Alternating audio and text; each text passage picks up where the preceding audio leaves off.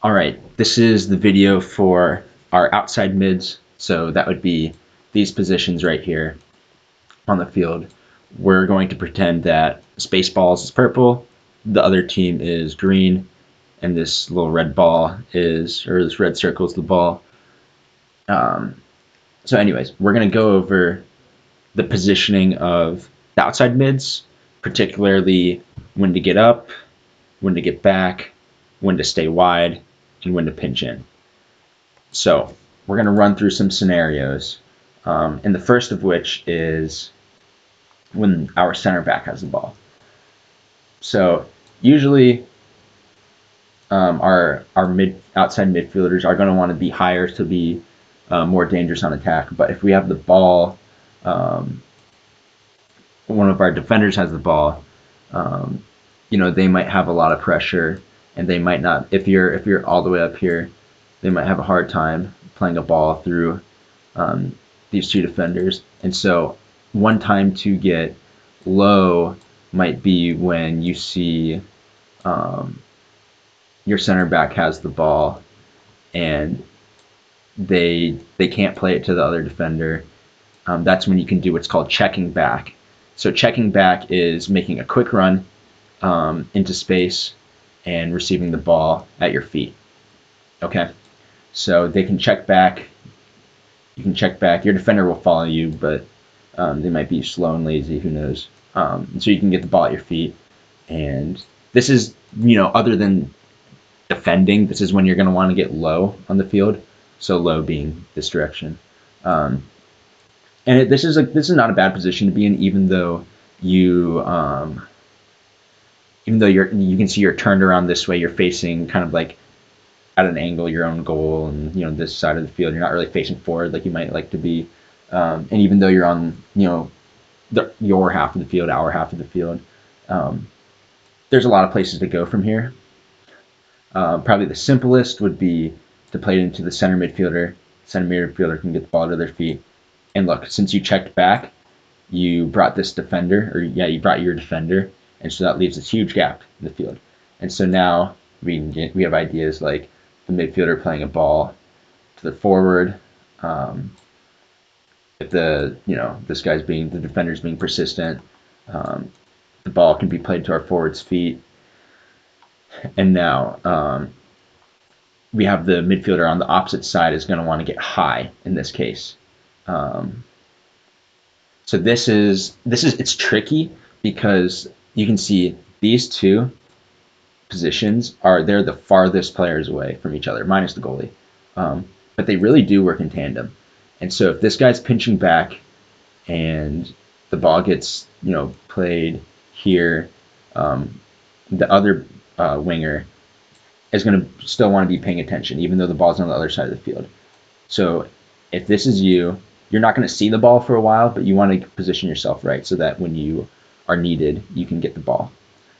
So this is when you'd want to creep forward. When this guy's back, this is when you'd want to creep forward. Being mindful, you're not going to be all the way over here because somehow the ball gets lost, then bounces around here, ball gets lost, then you're in no man's land and you're going to have to sprint back and we're going to get scored on. But if you play off the shoulder, ball back here. If you play off this guy's shoulder and you're creeping up, that's where you're going to want to be. So let's say this midfielder checks back. This is in this case, the left mid checks back, gets the ball at their feet. Now our center midfielder can also receive the ball. We can play our forwards feet. Boom.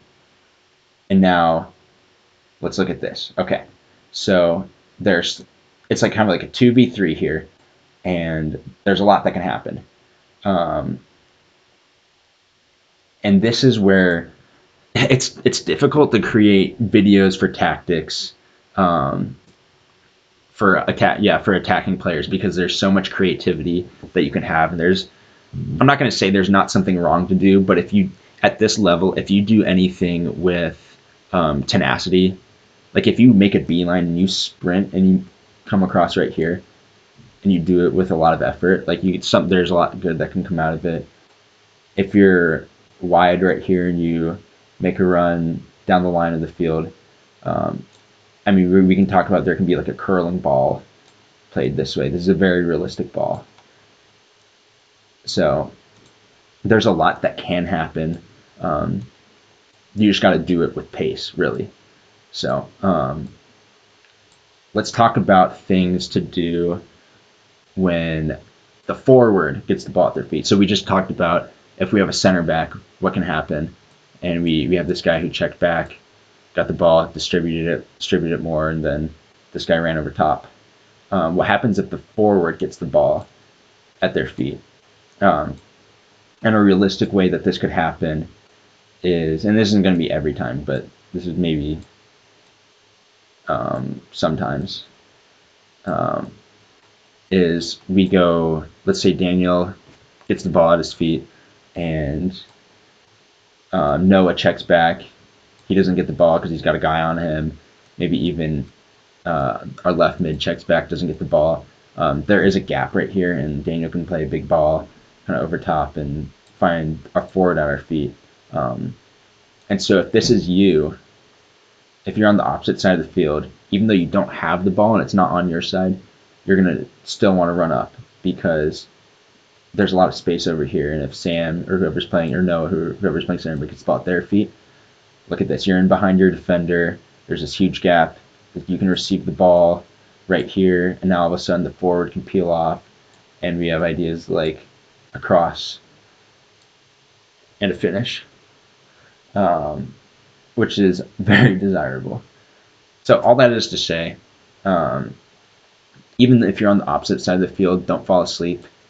Be mindful of the fact, be mindful of where space is, and try and be looking for gaps.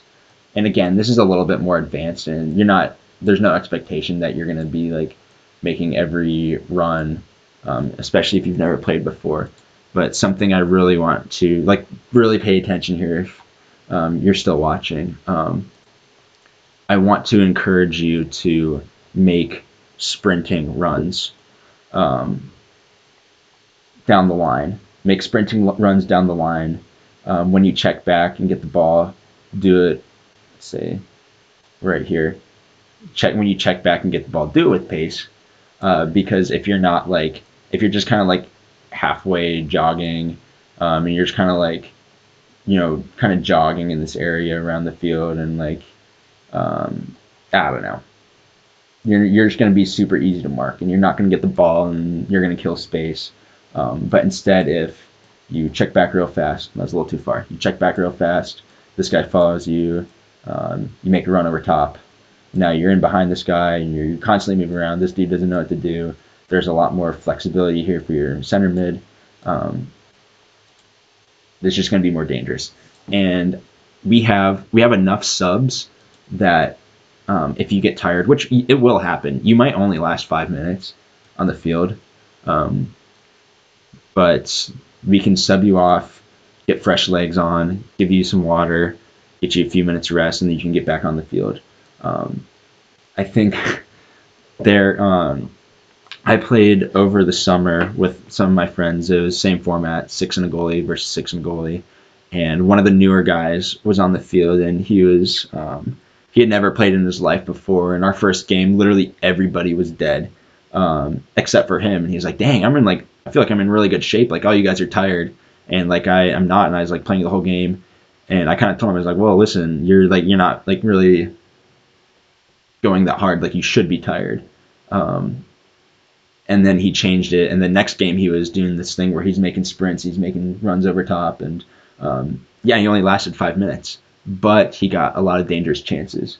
And again, like this is rec league soccer. We're playing, we're having fun, but I think we're gonna have more fun if we're winning games and putting in a little bit of effort, and you're gonna get like better exercise too, which Dr. Simonetti did tell us to work out. So basically, Dr. Simonetti says you have to make sprints. There's one more thing that I wanted to talk about offensively and defensively. Sorry, this is a little bit longer of a video, and thanks if you're still watching. But let's say we're moving the ball around, and by some stroke of luck, maybe get it to forward, back to our center mid, um, and then we have an outside mid who makes a run up the line. They get the ball right here. Um, One of the simplest, most probably the most dangerous thing in soccer is what's called a cross. A lot of you have probably heard of that before. I think everybody here has played, even if like it was like in middle school or elementary school or something. So really, all that is to say, like um, when a ball comes across, the only way that it's going to go in the net, other than by some like freak accident of the wind, is if there's people on the other end who are up the field that can finish it. So the general rule of thumb is that, let's say our right mid has the ball, they cross it. Um, our left mid wants to run towards the back post. And so the back post, if you imagine there's a goal right here, it's got two posts. In this case, the ball is right here. Front post, back post. And so if the ball's getting crossed and this person makes a run to the back post, then they're going to find themselves with an easy finish. And easy is relative. It is hard to kick a ball into the goal when it's moving quickly, and so don't like if you do get the ball right here and it like kind of like hits off your shins and goes out and there's a wide open goal. Like don't feel bad. That happens all the time. Um, so I figured I'd say that. Let's see. I think that's really offensively what I wanted to talk about with outside mids, and then defensively.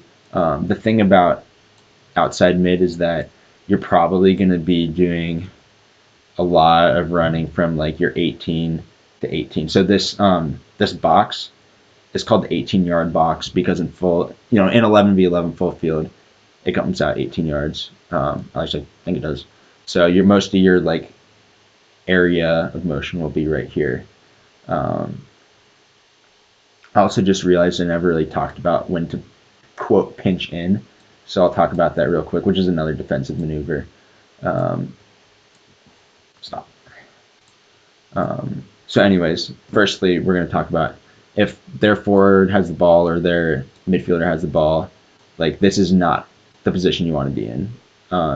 If you're an outside mid, you don't. If this is your guy, you're an outside mid. This is your person. You don't want them to be what's called goal side of you. So goal side means that you are if you are goal side of them, which is what you want to be, then you are closer to the goal than they are. So if you're back behind here, one way or another, this person's going to get the ball. And if you're not back here, then we're pretty much going to get scored on like 9 times out of 10 by a decent team. So you want to make sure you're falling back. And this is, it's going to be a lot of running. So you want to make sure you're using subs. Um, Anyways, one last thing. One common time to pinch in the field. So this is pinching in, getting wide, pinching in, getting up, getting back. Is if their center back has the ball and their midfielder is trying to receive it, maybe their other outside mid's checking back, and their other defenders back here. Even though this is your guy, if you're clever enough, you can kind of like act like a shark, and you can see when this person's trying to like pass it to this person, and if you see him turning back to the center field, looking down, winding his leg up or her leg up. That's like the equivalent to a drop of blood being, spilled in the water. And if you're a shark, you're just going to swim after that. So this is where you could really pinch in and get more of a central position, take the ball, rainbow nutmeg the goalie, and then celebrate. So that's one time to pinch in. Another time might be if they got the ball up a little higher. They're back here. This person has the ball right here. Sometimes you'll see like we get sometimes things get jumbled around and let's say these two like switch and our center mid's not really covering this option all that well. This person might try and play kind of a ball over here, or if this person gets, sorry, this is kind of a mess. This explanation's a mess. Um, if our midfielder gets beat and the ball comes in here, this is where you could step in and get on this person's back and make him go wide, because it's better that the ball stays wide on the field rather than because this ball is less dangerous. It's better that the ball stays wide on the field rather than if you're out here and this midfielder has the ball, say by stroke of luck, our midfielder gets beat. Now this person's going down the line right here, and a lot more dangerous. There's ideas of runs out here, and anyways, I could probably make a 2 to 3 hour video of everything you could do on the outside. But the idea is basically there's really like two principles. The first of which is that you need to make runs over top, and you need to make runs to the goal. When in doubt, attack the post. That's what my coaches always would tell me. And so if the ball's moving forward and you're not sure what to do, if you make a run at the post, you're probably at the post nearest to you. You're probably doing something right. And then the second, one of the other principles is to run back and follow your person. Try and get goal side of them. So, yeah, I think that's pretty much all I wanted to talk about. So, this is a long video, my bad. Anyways, thank you for watching.